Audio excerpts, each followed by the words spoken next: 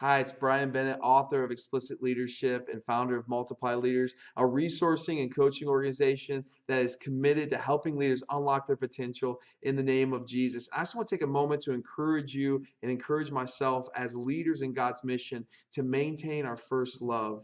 As I've found that's one of the hardest things to do in the midst of all the discouragements, all the challenges, all the pressures, all the asks, and all the successes. It's hard to maintain our first love. And one of the oddest things to me, and I know it so well, is that in ministry, it's easy to diminish Jesus and to elevate ministry as an idol over Jesus, which is bizarre to me because we've been called by Jesus. It's about his glory, it's his calling that we're leaning into. We've been gifted and we've been empowered by his spirit. We're sustained by his grace for his purposes. But it's easy to turn ministry into an idol in our lives and for Jesus to not be our first love, but for ministry to take over as our first love. So I just want to encourage you to take a moment to do a heart check. And here's what I want to encourage you with is to look at your life and to ask, am I receiving from God? Because God's wooing me, he's pursuing me constantly. Am I receiving what God is seeking to give me?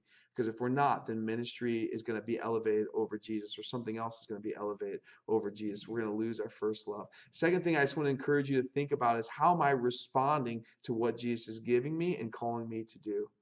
Right? When Jesus isn't on the throne of our lives, when he's not our first love, when our affections aren't set on him, but they're set on something else, then it's easy for us to stop receiving and stop responding to Jesus. It's easy to stop being obedient to what Jesus tells us to do because we're not even listening to what Jesus tells us to do. Here's another question is, am I relying on Jesus? Am I dependent?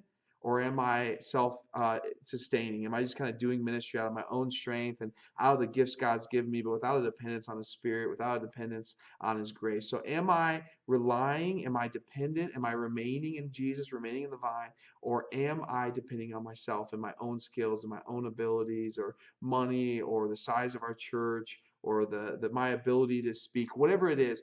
Are you dependent or are you relying on yourself? And other thing I want to encourage you with is, where's your focus? Because ultimately, if our eyes aren't fixed on Jesus, then what's greatest to you is what you're going to fix your eyes on, right? If it's on having a certain size ministry, if it's on the budget being so big, if it's on the credibility of your platform, how big your platform is, and how many people know your name, whatever it is, if your eyes aren't fixed on Jesus, if my eyes aren't fixed on Jesus, then they're going to be fixed on something else. And what goes through our mind the most tells us something about where our eyes are fixed. So, does what goes through your mind the most, the sweetness of God's grace, the glory of God, does that go through your mind the most? The desire to see others taste and see the same beauty and sweetness and gloriousness that you're experiencing, does that go through your mind the most, of wanting to serve others and elevate them so that they experience God's glory?